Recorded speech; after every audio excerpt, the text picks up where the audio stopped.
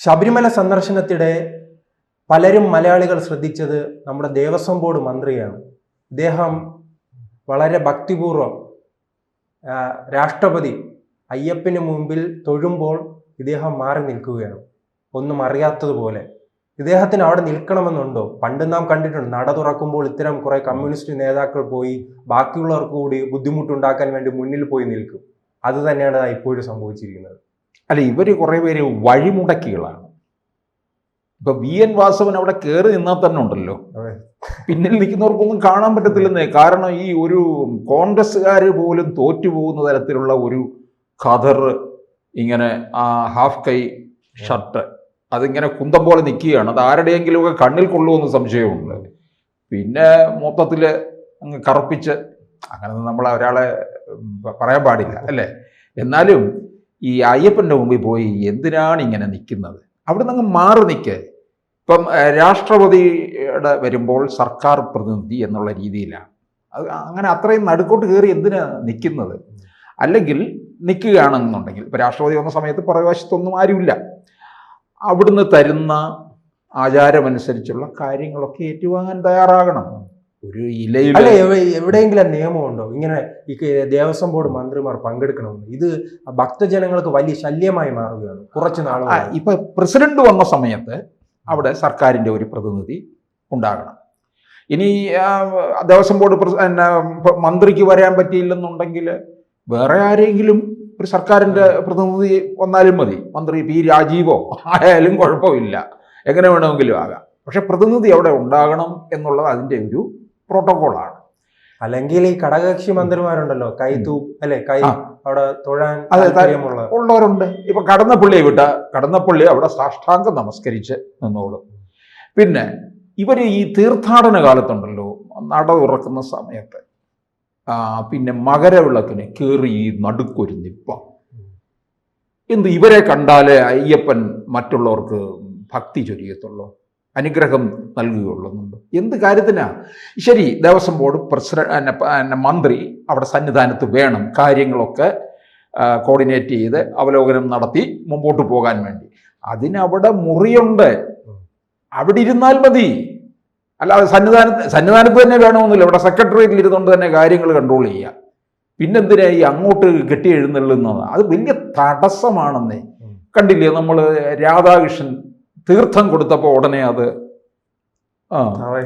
തറയിലേക്ക് ഇടുന്നു. പിന്നെ നമ്മുടെ സുധാകരൻ അവിടെ പോയി നിന്ന് നട തുറന്നപ്പോൾ തിരിഞ്ഞു നിൽക്കുന്നു. അങ്ങനെയൊക്കെയുള്ള രീതികളുണ്ട്. എന്തിനാണ് അവരവിടെ പോകി നിൽക്കുന്നത്? വേണമെന്നുണ്ടെങ്കിൽ തിരുമുറ്റത്ത് കുറച്ച് ഭാഗമുണ്ട്, അവിടെ നിൽക്ക്. കാര്യങ്ങളൊക്കെ മേൽനോട്ടം വഹിക്കണമെന്നുണ്ടെങ്കിൽ അങ്ങനെയും ആകാം. ആളാകണമെന്നുണ്ടെങ്കിൽ ഇവർ നിൽക്കുന്നിടത്തോട്ട് ക്യാമറ അങ്ങ് ചെന്നോളും, ജനമെല്ലാം കാണുകയും ചെയ്യും. പിന്നെന്തിനാണ് ഈ വാസവനൊക്കെ ഈ കെട്ടി എഴുന്നള്ളിച്ച് മറ്റേ സെൻട്രൽ ട്രാവൻകൂറിലെ, അതായത് മാവേലിക്കര ഈ പ്രദേശങ്ങളിൽ, ഓണാട്ടുകരയിൽ ഈ കെട്ടുകാഴ്ചകളുണ്ട് കേട്ടോ, എടുപ്പ് കുതിര.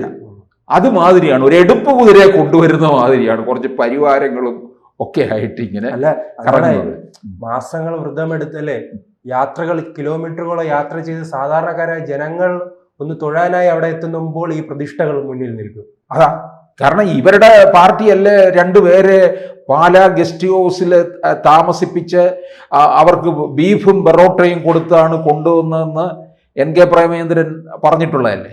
NK പ്രേമചന്ദ്രൻ മാത്രമല്ല, RSPയുടെ സംസ്ഥാന സെക്രട്ടറി ഷിബു ബേബി ജോൺ പറഞ്ഞു. അതിനോടൊപ്പം പ്രതിപക്ഷ നേതാവ് VD സതീശനും പറഞ്ഞു. ഇത് NK പ്രേമചന്ദ്രൻ പറഞ്ഞു കഴിഞ്ഞപ്പോൾ അതങ്ങ് കൊണ്ടു. കാര്യമെന്താ? NK പ്രേമചന്ദ്രനും CPM-ഉം ബദ്ധവൈരികളാണ്. അതുകൊണ്ടാണ് ഈ കുഴപ്പം പറ്റിയിട്ടുള്ളത്. പറഞ്ഞ കാര്യം ശരി തന്നെയാണ്. ഉടനെ MP ജയരാജൻ ചോദിക്കുന്നു, ഇത് വർഷങ്ങൾക്ക് മുമ്പ് നടന്ന കാര്യമല്ലേ? അന്ന് MP ജയരാജൻ മുഖ്യമന്ത്രിയുടെ പ്രൈവറ്റ് സെക്രട്ടറിയാണ്.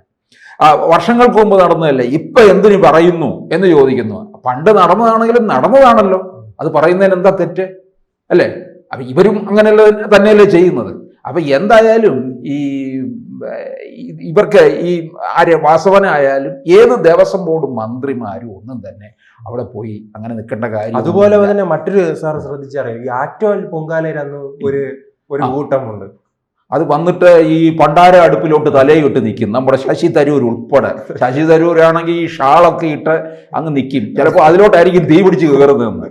ശശി തരൂർ ആറ്റുകാൽ പൊങ്കാലയ്ക്ക് മാത്രമേ തിരുവനന്തപുരത്ത് വരാറുള്ളൂ. നമുക്കിപ്പോൾ അറിയാമല്ലോ, തിരുവനന്തപുരത്ത് അന്നേരം മാത്രം വരുന്ന നാടിൻ്റെ ലോകത്തിൻ്റെ വിവിധ ഭാഗങ്ങളിലുള്ള ചില സ്ത്രീകളുണ്ട്. എന്ന് പറഞ്ഞതുപോലെ തരൂർ പൊങ്കാലയ്ക്ക് എന്തായാലും ഇവിടെ തലേ ദിവസം എത്തിയിരിക്കും എന്നുള്ളതാണ്. അപ്പോൾ ഈ ഇപ്പം കോൺഗ്രസിൻ്റെ കാലത്തൊക്കെ ദേവസ്വം ബോർഡ് മന്ത്രിമാരായിരുന്നവരൊക്കെ ഉണ്ട്. അവരവിടെ മര്യാദയ്ക്ക് നിൽക്കുകയും വളരെ ഭക്തിയാദരപൂർവം അയ്യപ്പനെ കണ്ട് തൊഴുകയും ഒക്കെ ചെയ്യും. അവർ വളരെ ഒതുങ്ങി നിന്നാണ്. അല്ല, ഇതിനെതിരെ എന്തായാലും ഹിന്ദു സംഘടനകൾ രംഗത്ത് വരണം അല്ലേ സാറേ? ഇതൊരു പരിഹാരം കാണണം. ഇത് കുറച്ച് നാളുകളായി തന്നെ തുടരുകയാണ്. അവരെ ഈ സോപാനത്തിൻ്റെ അവിടെ നിർത്താൻ അനുവദിക്കരുത്. പണ്ട് ഇപ്പം ചെയ്യുന്നത് അറിയാമോ? കോവിഡിന് ശേഷമാണ് സോപാനത്തിലേക്ക് കടത്തിവിടുന്നത് വളരെ പ്രധാനപ്പെട്ട വ്യക്തികളെ മാത്രം. അതായത് ഇപ്പം ദേവസ്വം ബോർഡ് പ്രസിഡന്റും അംഗങ്ങളും ഒക്കെ അവിടെ പോയി നിന്ന് തൊഴാറുണ്ട്. മുമ്പൊക്കെ ആണെന്നുണ്ടെങ്കിൽ മാധ്യമപ്രവർത്തകർക്കൊക്കെ അങ്ങോട്ടേക്ക് കയറായിരുന്നു. ഇപ്പോൾ അങ്ങനെ അവിടെ കടത്തിവിടത്തില്ല സോപാനത്തിലേക്ക്. ഇപ്പോൾ ഇവരെന്ത് ചെയ്യും? ഈ മന്ത്രിമാരൊന്നും സോപാനത്ത് നിർത്താൻ പാടില്ല. എന്തിനാണ്? കാരണം അവർ അയ്യപ്പനെ കണ്ട് വണങ്ങാനല്ല വന്നിരിക്കുന്നത്, വിശ്വാസവും ഇല്ല. അപ്പോൾ പിന്നെ അങ്ങനെയുള്ളവരും തിരുമുറ്റമുണ്ടെന്നേ, അവിടോട്ട് മാറി നിന്നോട്ടെ. കാര്യങ്ങൾ അവലോകനം ചെയ്യാനാണെന്നുണ്ടെങ്കിൽ, അതിന് മേൽനോട്ടം വഹിക്കാനാണെന്നുണ്ടെങ്കിൽ അവിടെ ഏത് ഭാഗത്ത് നിന്നാലും മതി. ശ്രീകോവിലിൻ്റെ മുമ്പിൽ തടസ്സം ഉണ്ടാക്കാൻ പാടില്ല. ഇതാരെങ്കിലും ഒരു പരാതിയായിട്ട് കൊടുക്കേണ്ടിയിരിക്കുന്നു എന്നുള്ളതാണ്. എന്താണെന്നറിയാമോ? എനിക്ക് തോന്നുന്നു അവിടെ പോയി നോക്കുന്നത് ഇത് മുഴുവൻ പോകുന്നത് എങ്ങോട്ടാണ്? സ്വർണ്ണപ്പാളികളിലേക്കാണ് കണ്ണു മുഴുവൻ പോകുന്നത്. 2016 ഇതാരും എനിക്ക് തോന്നുന്നില്ല പറഞ്ഞിട്ടില്ല കേട്ടോ. 2016 മുഖ്യമന്ത്രി പിണറായി വിജയൻ അധികാരമേറ്റതിന് ശേഷം ആ വർഷത്തെ തീർത്ഥാടന കാലത്തിന് മുമ്പ് ശബരിമലയ്ക്ക് പോയി. ആദ്യം പോയി പമ്പ വരെ ചെന്നു. ശക്തമായ മഴ കാരണം കയറാൻ പറ്റിയില്ല. പിന്നത്തെ തവണ അന്ന് PC ജോർജ് പറഞ്ഞു, സമയമായിട്ടില്ല പിണറായി വിജയ എന്നാണ് പറഞ്ഞത്. അയ്യപ്പൻ വിളിച്ചോളും കറക്റ്റ് സമയമാകുമ്പോൾ. പിന്നത്തെ തവണ പോയി. അതിനൊക്കെ ശേഷമാണ് ഇവിടുന്ന് ഉണ്ണികൃഷ്ണൻ പോറ്റിയുടെ ഈ തരികട പരിപാടികളെല്ലാം നമ്മൾ കണ്ടത്. അന്ന് അവിടെ എന്തൊക്കെയോ നോട്ടം ഇട്ട് വെച്ചതാണ്. ഇനി മിക്കവാറും പിണറായി വിജയൻ ഒന്നുകൂടെ പോകും. കാര്യമൊന്നും അറിയാമോ? പ്രസിഡന്റ് പോയ വാഹനമൊക്കെ കണ്ടില്ലേ? ഇനിയിപ്പം നടക്കാതെ തന്നെ അങ്ങ് തിരുമുറ്റത്ത് ചെന്ന് ഇറങ്ങാം എന്ന് കണക്ക് കൂട്ടുന്നുണ്ട്. കറുത്ത വാഹനത്തിൽ. അപ്പോൾ അതിന് ചിലപ്പോൾ തയ്യാറെടുത്തെന്ന് വരാം. ഇനിയിപ്പം ഇവിടുത്തെ കുറച്ച് പേരുണ്ട് ഇനി അത്തരത്തിലുള്ള വാഹനത്തിൻ്റെ നെഞ്ചത്ത് കയറാൻ വേണ്ടി തയ്യാറെടുത്ത് നിൽക്കുന്നവരുണ്ട്. പക്ഷേ കോടതി ഇടപെടും. കാരണം അവർ പറഞ്ഞിട്ടുണ്ട്, ഈ സ്വാമിയയ്യപ്പൻ റോഡെന്ന് പറയുന്നത് ചരക്ക് നീക്കത്തിന് വേണ്ടിയാണ് പ്രധാനമായിട്ട് ഉപയോഗിക്കുന്നത്.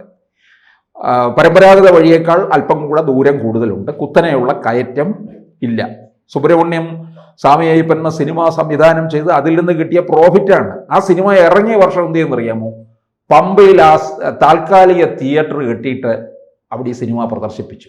2 രൂപ ടിക്കറ്റിൽ.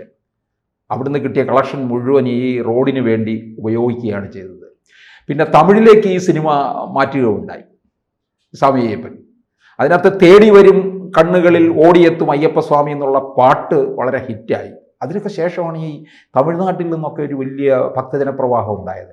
ഇനിയിപ്പോൾ എന്തായാലും ഈ നമ്മുടെ പ്രസിഡന്റിൻ്റെ സംസ്ഥാനത്തു നിന്നും ഇന്ത്യയിലെ വിവിധ സംസ്ഥാനങ്ങളിൽ നിന്ന് തീർത്ഥാടകരുടെ ഒരു ഒഴുക്ക് നമുക്ക് ഈ തീർത്ഥാടന കാലം മുതൽ പ്രതീക്ഷിക്കാം എന്നുള്ളതാണ്. അപ്പം ഇതുപോലുള്ള അപശകുനങ്ങളെ മാർഗേ കിടക്കുന്ന, അടുത്ത വാക്യം പറയുന്നില്ല, മാറിക്കിട എന്ന് നമ്പ്യാർ പറഞ്ഞത് നമുക്ക് പറയേണ്ടി വരും. കൂടുതൽ വാർത്തകളും വിശേഷങ്ങളും നിങ്ങളിലേക്ക് എത്താൻ ABC മലയാളം സബ്സ്ക്രൈബ് ചെയ്യുക, ബെൽ ബട്ടണും അമർത്തുക.